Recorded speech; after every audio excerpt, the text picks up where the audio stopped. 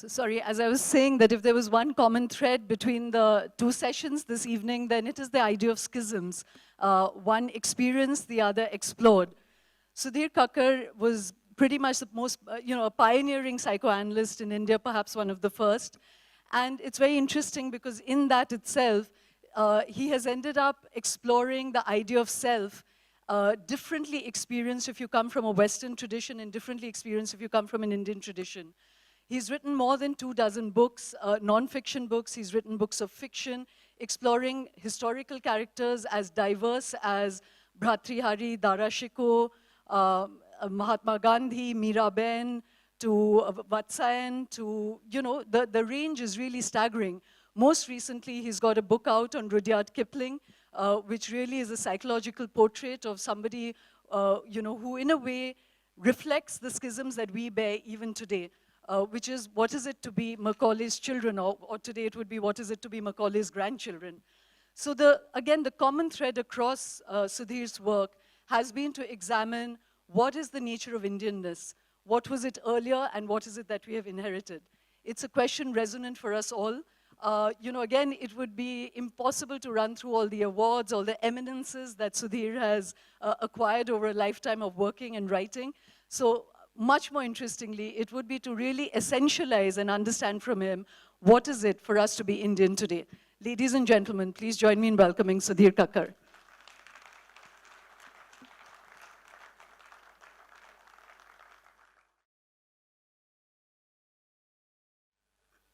Thank you for being here, Sudhir. Thank you very much, Shoma. I'm glad to be here, although it would be a very difficult act to follow.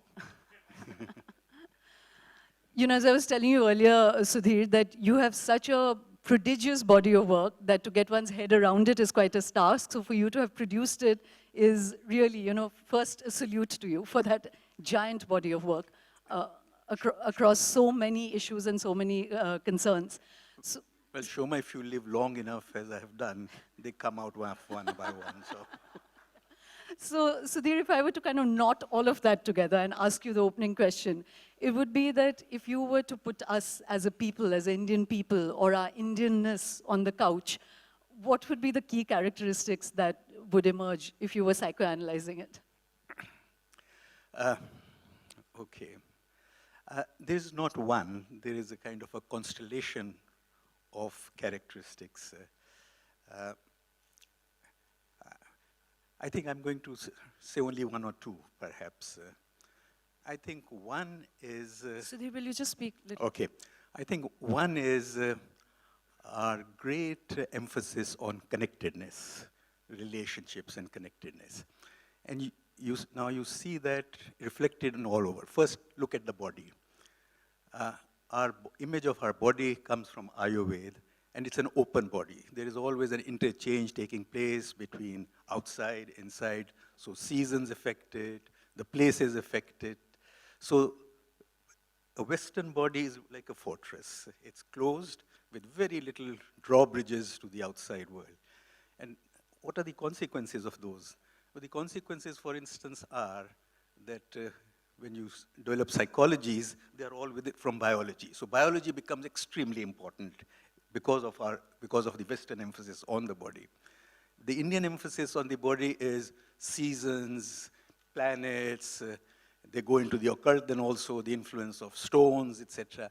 But that all is then neglected in psychology, in Indian psychology, because it would be ideal, would be environmental psychology. How does the environment make us, our intellect, our emotional development? So these are one of the things. Then the emotions. Emotions, we are much more comfortable with interpersonal emotions like empathy, shame, more difficult with the individual emotions like anger. That is a tough one. It goes through, another example, for instance, is you can have two young people who work very hard and achieve a great thing. A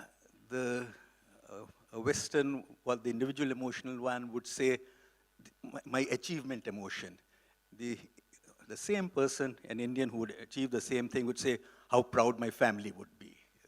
So these are all kind of connections which go through. In art, you don't see a central figures in most of the miniatures, etc. There are all kinds. There are animals, there are trees, plants, etc., all connected to the figure. So all that connections become extremely important in our ones. So, Sudhir, I'll come back to this idea of Indianness. You know, you've explored it, like you said, through the body, through the psychology of religion, through the way we conceive our culture.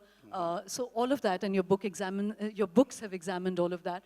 But before that, I wanted to come to you. You know, we were talking about schisms, that you've actually lived with an intellectual schism in you from learning psychoanalysis, and at a time when it hadn't really come into India.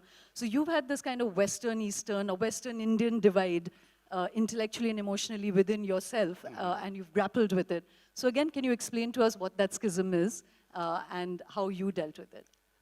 Well, I think the schism is that when I was learning psychoanalysis, I had often feelings of that there's something not quite right with it.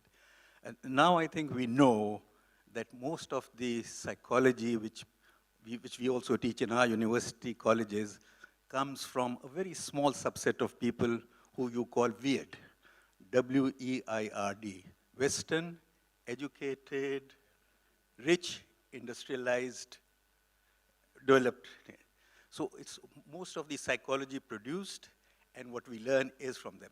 And the example which I would give you... You were saying the acronym is WEIRD. Weird, weird. Western, educated, industrialized, rich, developed. That's where it comes from. That's all of us here. I'll give you one example. The example is, there is a test for moral development and categories. And one of people, and you ask questions to various people, not question, and present a situation and say, is that okay? And if not, why not? So this was done with about 12 different populations, Brazil, slums, Indonesia, etc. And one of the subsets was the weird, was University of Pennsylvania students. I mean, they were the only weird group in it. And the question given was, a man goes to a store, buys a chicken, comes, boils it, has intercourse with it, with the chicken. Is that okay?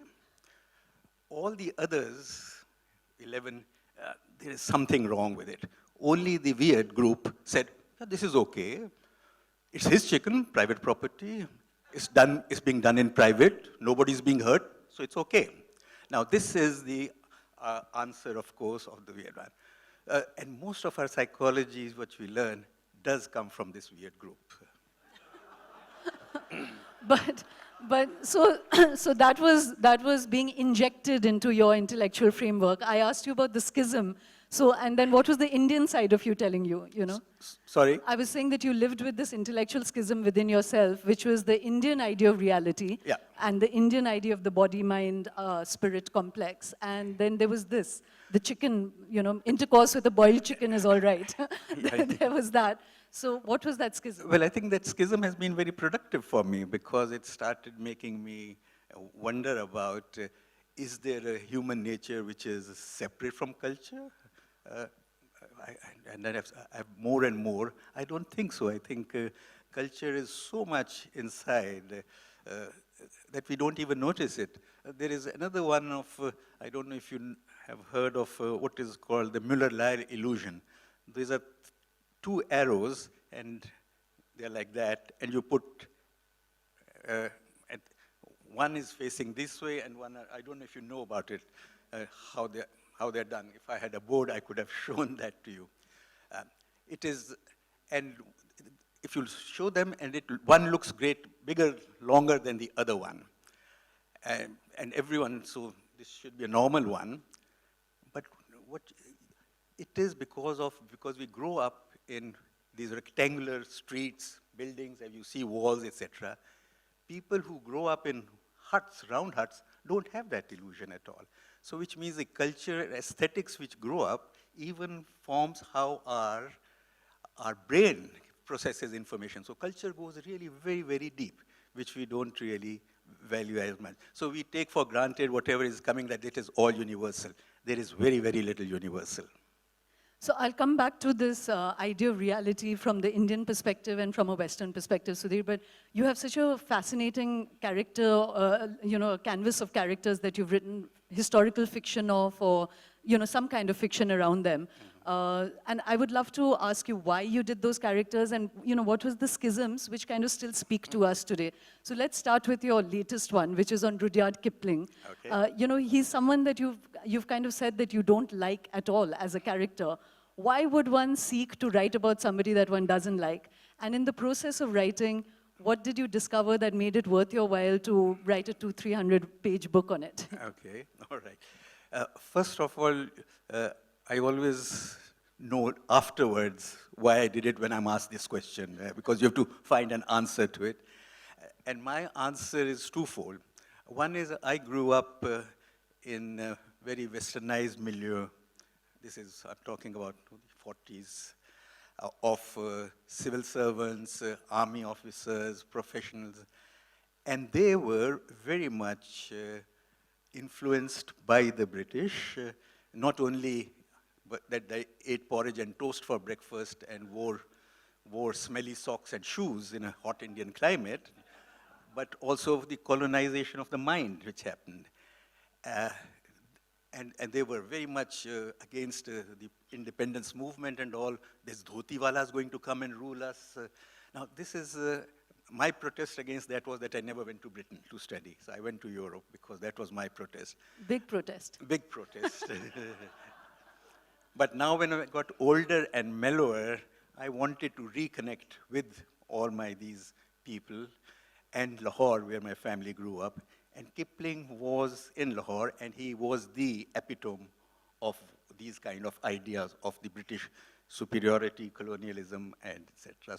So I didn't like him because of his racist and imperial views.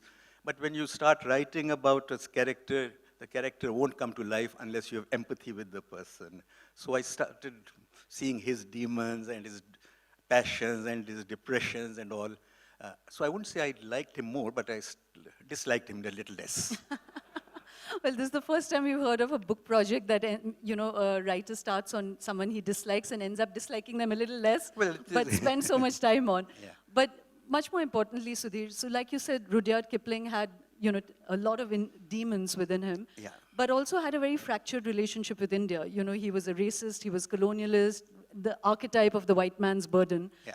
And yet could almost never get away from India. He had a kind of cement bind with India. When he went to Britain, he was more desolate than when he was in India. Mm-hmm. In a way, we have that schism within us as well. Even today, so many years later and 75 years into independence. Right. What is that schism? And in Kipling's life, what was that, attachment to India that he had? Kipling's was a very, as you said, a very love-hate relationship with India. Very much like V.S. Naipaul. I mean, Kipling and Naipaul are very, very similar. They had a love-hate relationship to India. They both suffered from depressions, etc. They both enjoyed going to prostitutes? They both enjoyed going to prostitutes, yes, okay. Although I don't think that was central. In fact, it was central for Kipling. Kipling had a part of, he left India when he was 4 or 5 years old and went to an awful place in boarding school.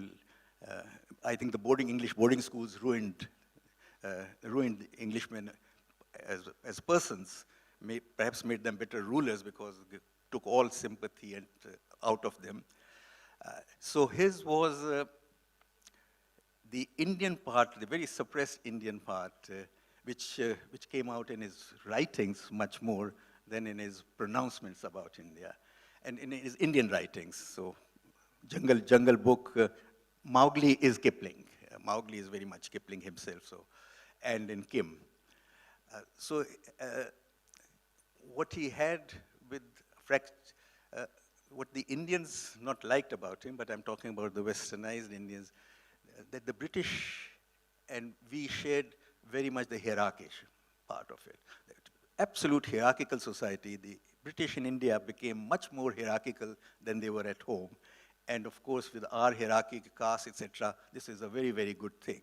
And then, of course, the sexual part of it. Our Victorian sexuality of the British and our Brahmanical ascetic thing came together. So they became kind of collaborators in one way. But what the other part which I think you're asking me of the other ones, the fractures you're asking. I think one of the biggest fractures, which is in the novels of Gandhi and Bhartrihari also, is the fracture between ascetic and the erotic in our part. And this has been going on for centuries. We have periods, long periods of asceticism. Sorry, Sudhir, just speak closer. Of asceticism and eroticism. For instance, in historical times, between 3rd and 12th century, we were a very erotic country. Afterwards, again went down. Bhartrihari, for instance, the legend is, he's a poet who I, in fact, like more than Kalidas because he's a very modern poet. He went to the forest about 10 times and came back because he could not forsake, bear women's, he wanted women again. And so this between sexual passion and erotic disenchantment, that this kind of a combination is Bhartrihari, you see it in Gandhi, and you see it Vatsayana. In fact, Bhartrihari is the novel which I've called The Devil Take Love, comes from from a small poem. I will give how the title comes. So he says, "She who I am always thinking of has no interest in me. She desires another man whose devotion is for one other than her, and for me, some poor girl pines. Damn it all then, the devil take her and him, the devil take love, and also her and me."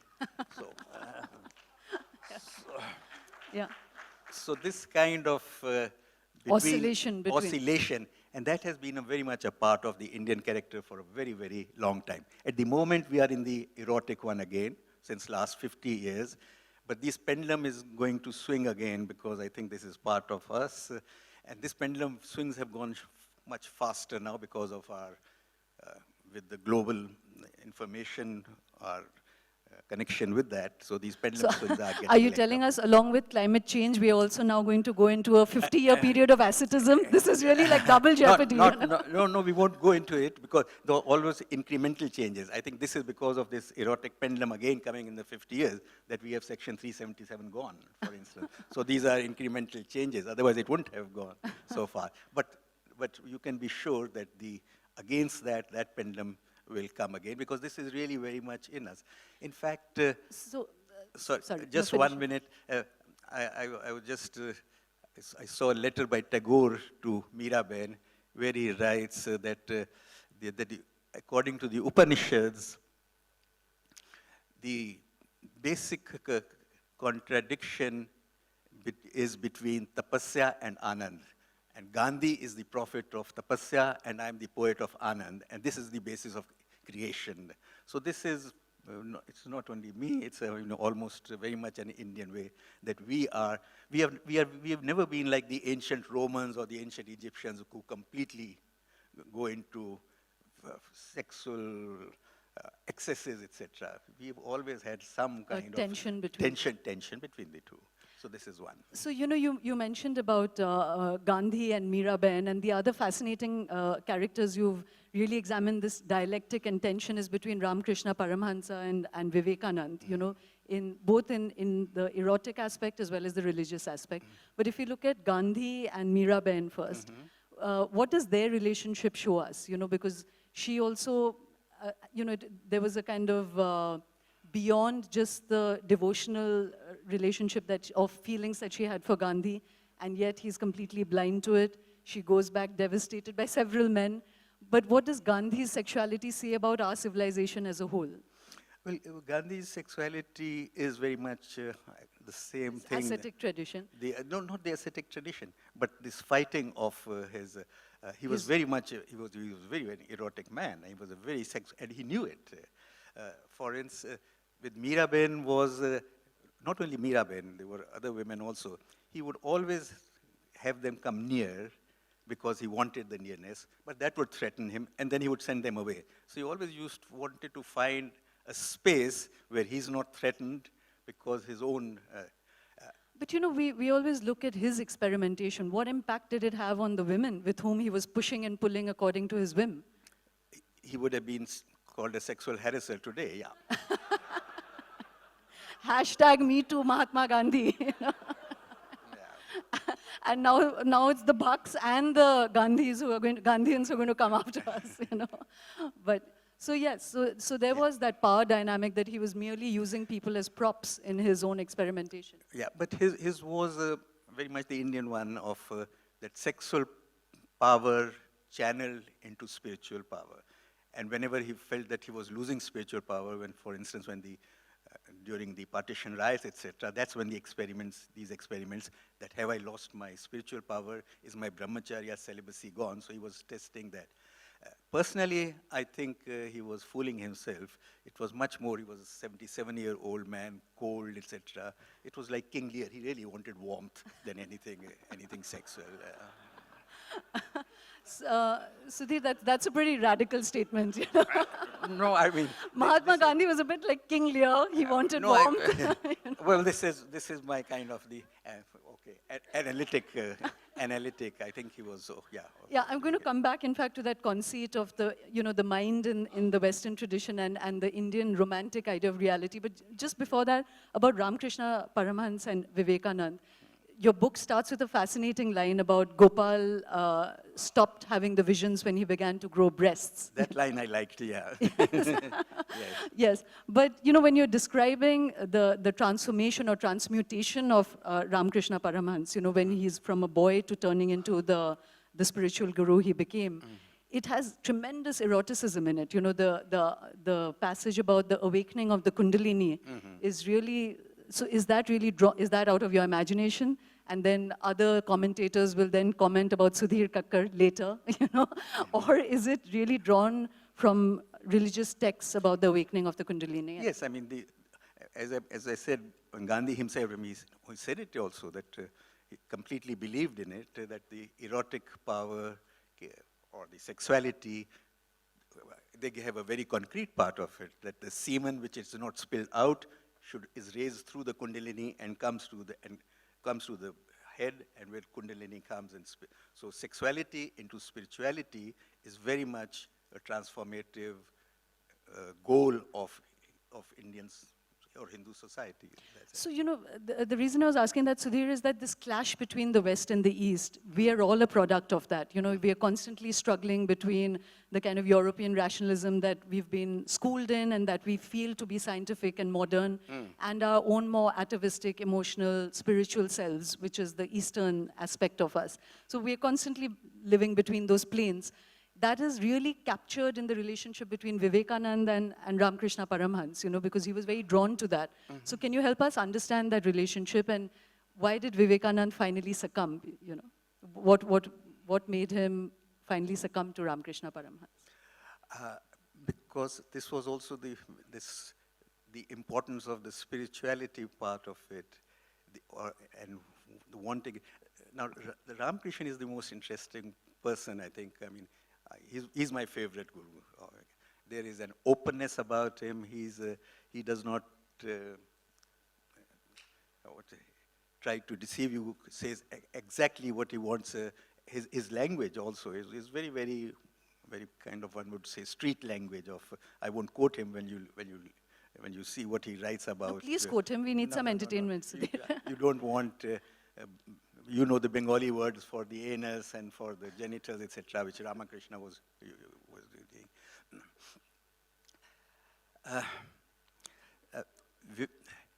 Ramakrishna is quintessentially Indian. Vivekananda is what we are all about, of how to combine the Western and the Indian part of it, which means how to combine also or this feeling of that community is the only thing. Sorry, just speak into the mic. Yeah, that community, being a part of community is the life of its gods, all, and individuality is not something which is okay, where the Western is much more the individual part. Now we are trying to combine it. Our constitution, for instance, is of absolutely centrality of the individual, while so many of our other people are, no, individual is not central, it's the community sentiments, community honor, etc., that is central, and how to be part of it. And that's how we have so many problems going on all the time, because this combination is not yet has come Resolved. It is not. It will, I hope. It will, I hope, in how we do it without disparaging our Indian part of it, because and rejecting it and saying that is regressive, that is old, that is gone, because that's not going to help, because that is somewhere in all of us, somewhere too. And how to do it is going to be a very, very difficult task. And Vivekanand is, I think, one of who suggests how to do that. But Sudhir, you're constantly emphasizing community whenever we speak of the Indian side of us. What else beyond the community? Okay. I mean, when I asked you that initial question about what is so quintessential Indian. Yeah, that was only one. I think our way of thinking, for instance. Now, our way of thinking, and I think A.K. Ramanujan was one of the first to point out, is very context dependent. Context dependent means even our laws. In Manusmriti, not Manusmriti, but our law books also, there is a law that anyone who pees on the king's highway is going to be punished this, except if he's a small boy, if he's an old man who can't hold his water, then it's okay. Every law has an exception, so it is context which determines. It's not yes or no. It's not thou shalt not kill. Thou shalt not kill is only for the Jains, not for the Kshatriyas. For the Shudras, okay, for the Vaishyas, but not for the Kshatriyas. So every law has its, the most interesting part you see in Kama Sutra, for instance. There is a section in the Kama Sutra called How to Seduce the Wives of Other Men. There is and it starts with, well, Kama Sutra is a textbook that all kind of sexuality has to be done there. And it starts with, you should not seduce wives of other men. Bad. Except. Except if your love is going to drive you mad, then it's okay, because, or if the wife you are seducing, her husband is in a position to help you, then it's okay. So it gives, again, exceptions. I think that's the exception that everyone wants to know here. Give us the whole list, Sudhir. The whole list. And at the end, then it comes to, but you shouldn't have done it in any case. So now this is very, and you see it, this context depend all the time, in small things if you notice it. I'll give you one anecdote. During the emergency time, I was traveling in the hills, and in the radio it had come that Indira Gandhi had declared emergency. So I was stopping in the hills in a small chai shop, and there were two farmers who had come, and they had heard on the radio, and they were discussing. And one was saying, "Usne jhoot bola hai, she lied." And the other said, "Rajniti mein to Krishna ne bhi jhoot bola tha." So in Rajniti, you can tell lies, but not otherwise. So it's not that that you can tell lies all the time. So Indira Gandhi can tell lies, but not Mahatma Gandhi, because he's something different. So the context is very, very important part of it. So jumlas are basically Gita ordained, you know. Yeah, jumlas are okay, because Rajniti mein lies, etc., we accept, because that is the context of Rajniti, but not the context of, there's another anecdote of where we do not accept. You know, in the Mahabharata, Ashwatthama story. The Ashwatthama story is, of course, where Krishna gets punished also, because Dronacharya was killing everyone, and they came to Krishna and said, what do we do? And he said, well, he has a son, Ashwatthama, and if you say that the son is dead, he'll lay down his bow. And this Pandav said, yes, but he won't believe us. What do we do? He said, well, Yudhishthir, he has never told a lie, so if Yudhishthir comes and says, that Dashwathama is dead, he'll do that. So they go to Yudhishthir, and Yudhishthir say, no, my context is a truthful one. I've never told a lie. I will not tell a lie. So they again went to, what should we do? Krishna, and Krishna said, well, tell him that he should just say, Ashwathama is dead. You kill an elephant called Ashwathama, and then he can say Ashwathama is dead. So again, Yudhishthir, and he says, no, that's a fact, but not truth, so I'm not going to do it. Then they again said, what do we do?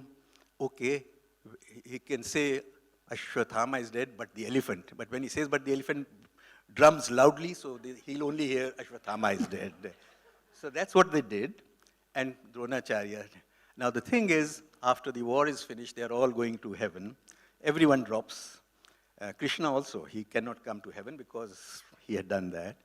Yudhishthira is the only one, so he comes up there and he won't be let in. They said, no, one day you have to stay down. And he said, but I have never told a lie in my life. And the answer is, but you didn't tell truth loudly enough.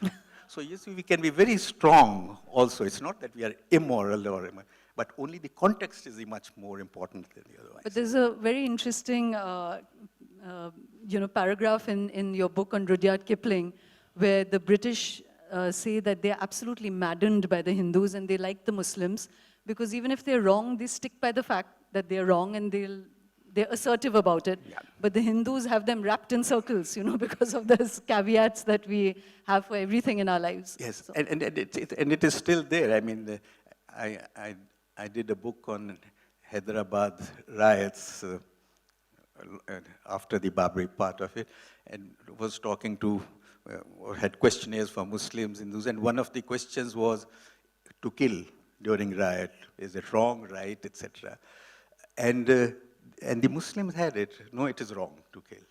And the Hindus were also, it is wrong to kill, except during riot time, someday taking. So the Hindus, the context part is a very, very strong one. We don't look at it.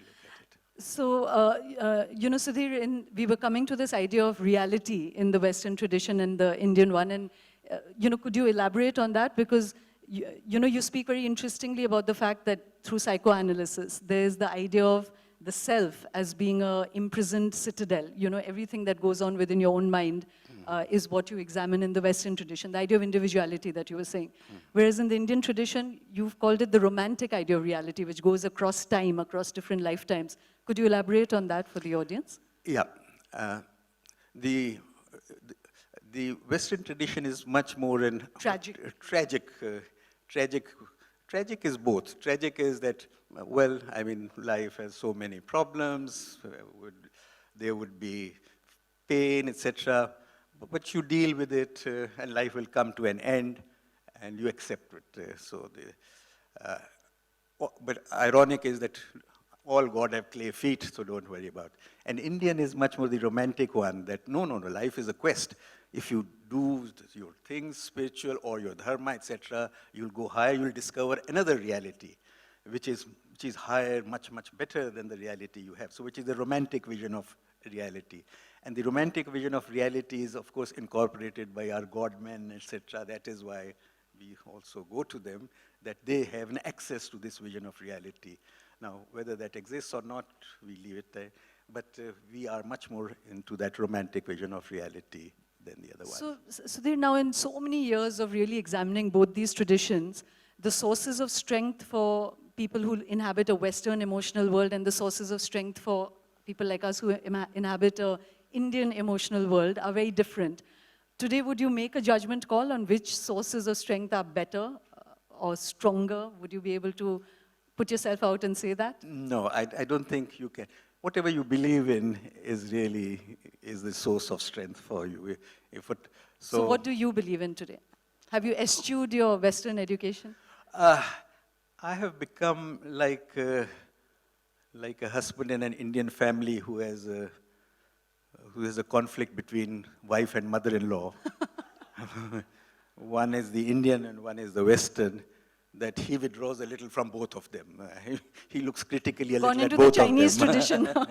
And that he looks critically at both of them, both at the Indian and the Western one. Okay.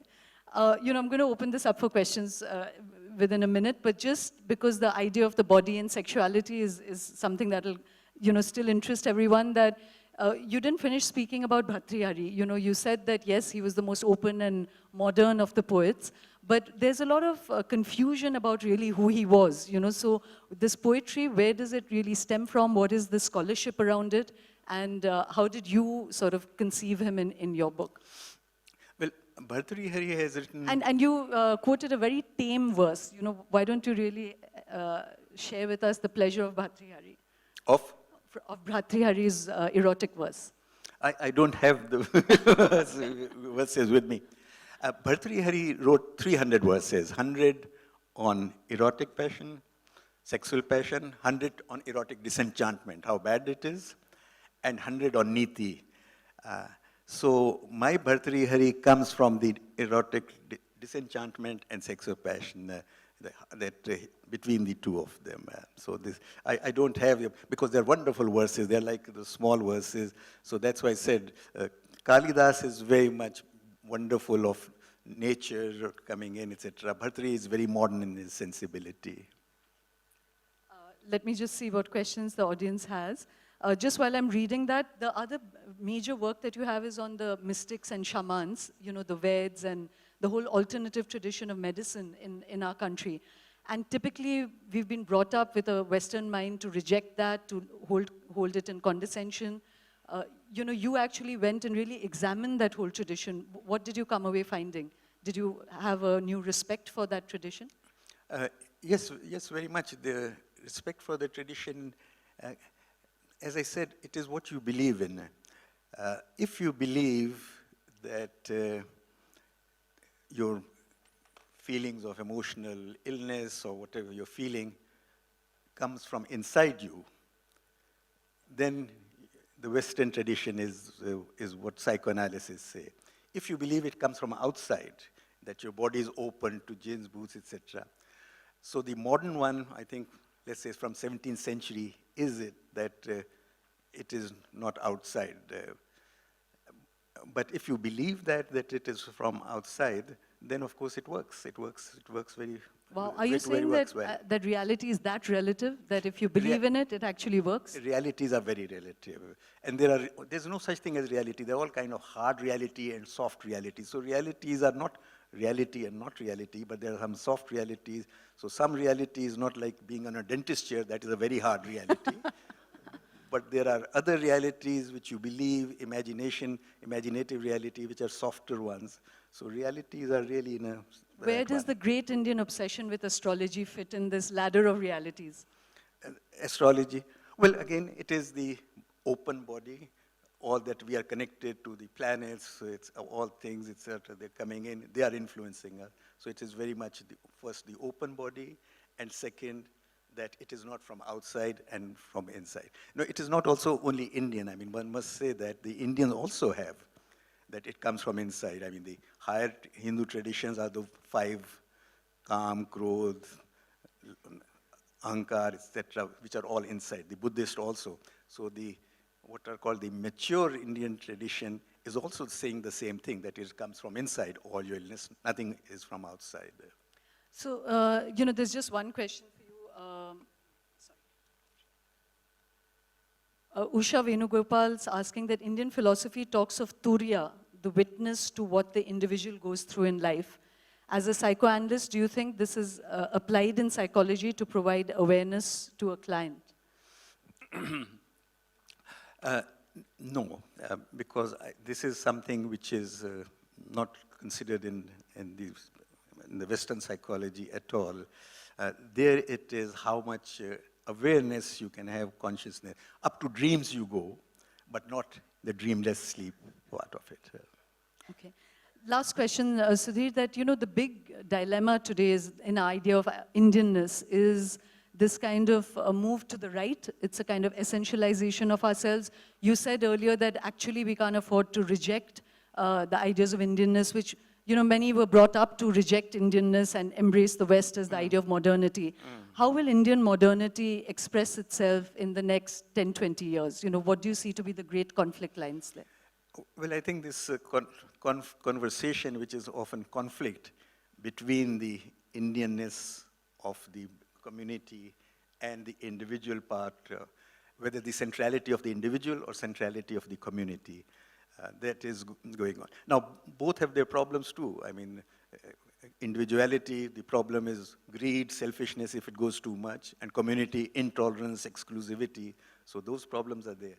But unless we cannot force. No, but you've talked about the individual and community, but the other is about the idea of tradition and modernity, so which today the Hindu rite, for instance, seems to represent what is traditional. Is that a true representation of the traditional, or can we find a more robust embrace of what is traditional? Have we been making mistakes? Is something that we should do? Yeah. Well, my effort has been to look at Indianness, that how much more it is than what is represented. So not to kind of compress it, but to how to make it more and more. Because there you have answers, as you said, in all kinds of ways. So how to give an alternate or a competing model of Indianness than what Hindutva is. Thank you so much, Sudhir. Thank you very much for being here. Thank you. And really, in examining such a vast array of historical characters, you've really been examining who we are in 2018 India, and reading your books gives us great insight into ourselves. Thank you very, very much. Thank you very much, Shoma. Thank you, everyone. Have a wonderful December. And as Payal said, hopefully it's going to be a great season for everybody and a new year ahead. Thank you very much.